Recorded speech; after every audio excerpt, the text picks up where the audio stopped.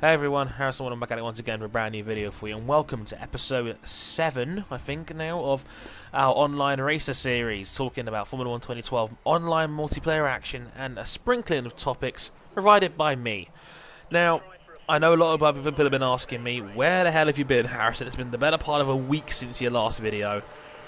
Where have you been, you terrible video maker, you? Just check it now on my page. When was my last video? It was the 18th, so 5 days ago. I don't normally go 5 days between videos, unfortunately, and the reason why is because, once again, my laptop charger broke.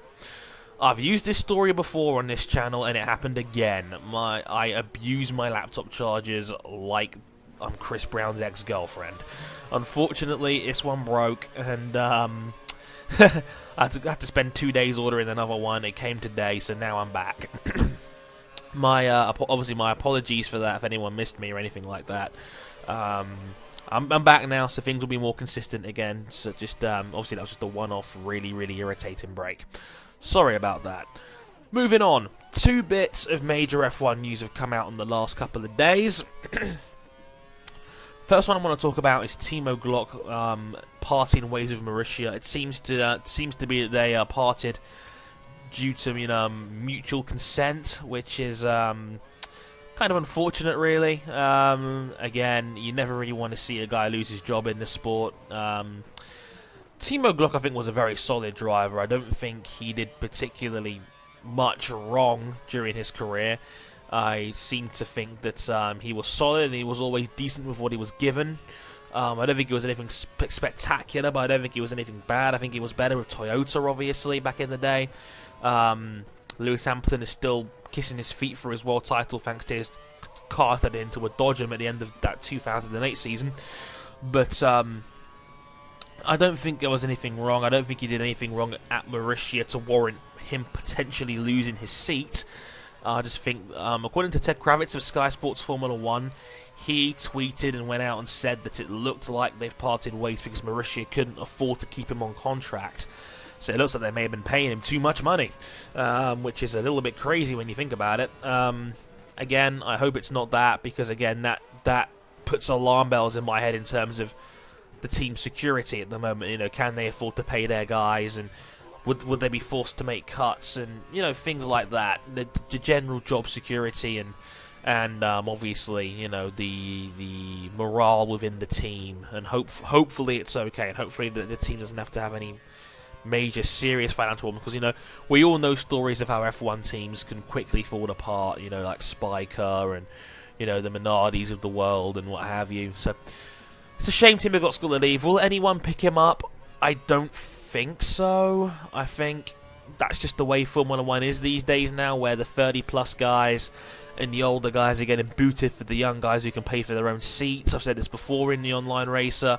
The pattern seems to be now that anyone over the age of 30, not named Jensen or Mark, their place is kind of up for scrutiny, for the sake of making the sport a younger one. I mean, we're gonna have I think 4 or 5 guys under the age of 25 in the grid next year, quite easily, which is quite a scary thought, actually.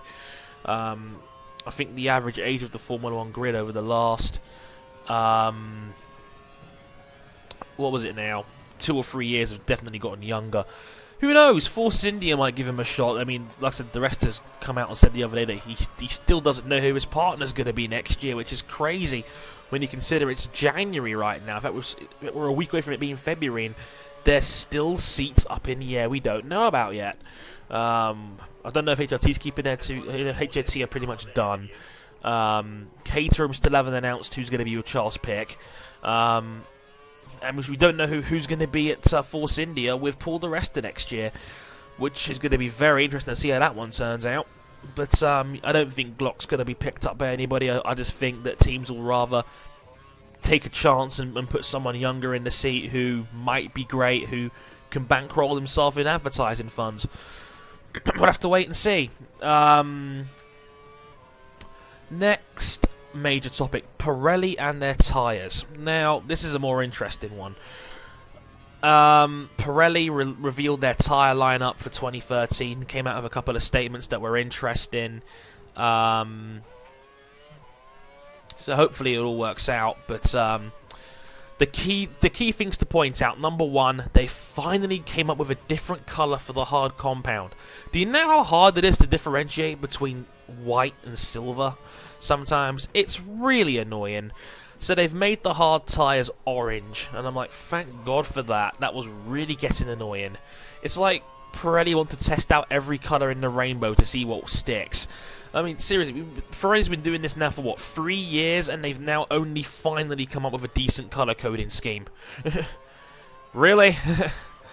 But the key things to point out that was in their statement were things like 2013 range of tyres mixes up the cards once more to help overtaking and ensure 2 to 3 pit stops per race.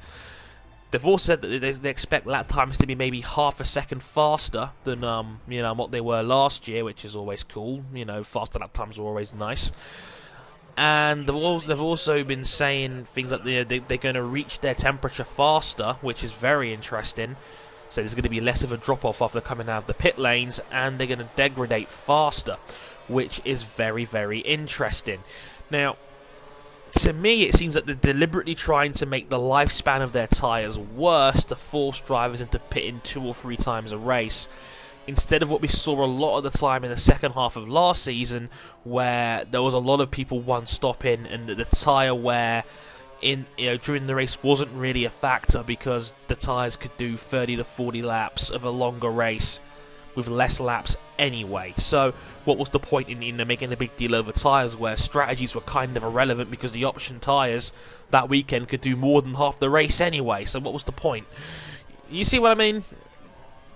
They're deliberately trying to make the tyres softer to make them faster, and therefore make them degrade faster, which is going to be interesting. I mean, does that mean though that the tracks that are more aggressive on tyre wear become even more aggressive? Like, are we going to be seeing like 4-stop races in places like Monaco and Australia and things like that, and in Canada? I mean, I think 4-stop strategies are a bit much these days. You know what I mean? I've always been of the old school mentality of refueling. I think had a better influence on race strategies than tyres, but I'm willing to give it a shot. Obviously, to a degree, as a fan and someone who obviously hasn't seen how it's really going to affect things yet, are going to be interesting. And to a degree, we're speculating here, but to me, I'm not 100% convinced on this that this is the right way to go. I mean, have you seen those pictures of places like Turkey, with all these undulations in the track, and you see the amount of marbles that are off the racing line at the end of a race? It's ridiculous how much these tyres degrade now. It's like, are we just gonna run on like slicks again? Like not slicks. I mean, like in terms of having like barely any rubber on the tyres at all. It's crazy. I don't know. Maybe I'm being over the top a little bit here, but it's certainly one that's definitely worth thinking about. I mean, I don't know. It's going to be certainly different. It's going to be interesting. And again, I'd love to hear what you guys have to say. I know that I have no problem in admitting there's guys out there on YouTube and there's people who comment on these videos that it's going to... You guys have way more informative opinions than I do. I am a hardcore fan. I know a little bit about the technical side of the sport, but I know people know more about that than I do. So I'd love to hear what you guys have to say on the matter. And of course, let me know what you think about Timo Glock and the Marussia situation. Will somebody pick him up, or do you think he's done in Formula 1? Is he going to head down the IndyCar route, the DTM kind of route? There's avenues out there, obviously, but please let me know. Of course, I'd love to hear what you guys have to say.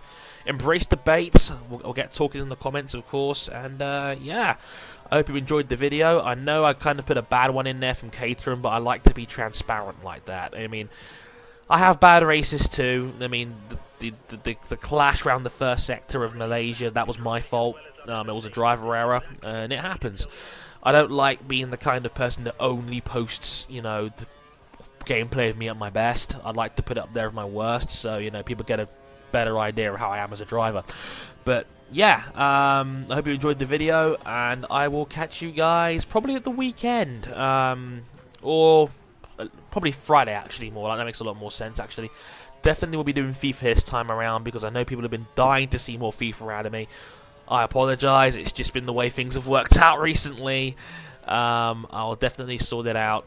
in the near future. But until then, I've been Harrison Ron. Thank you very much for watching. Good night and big balls.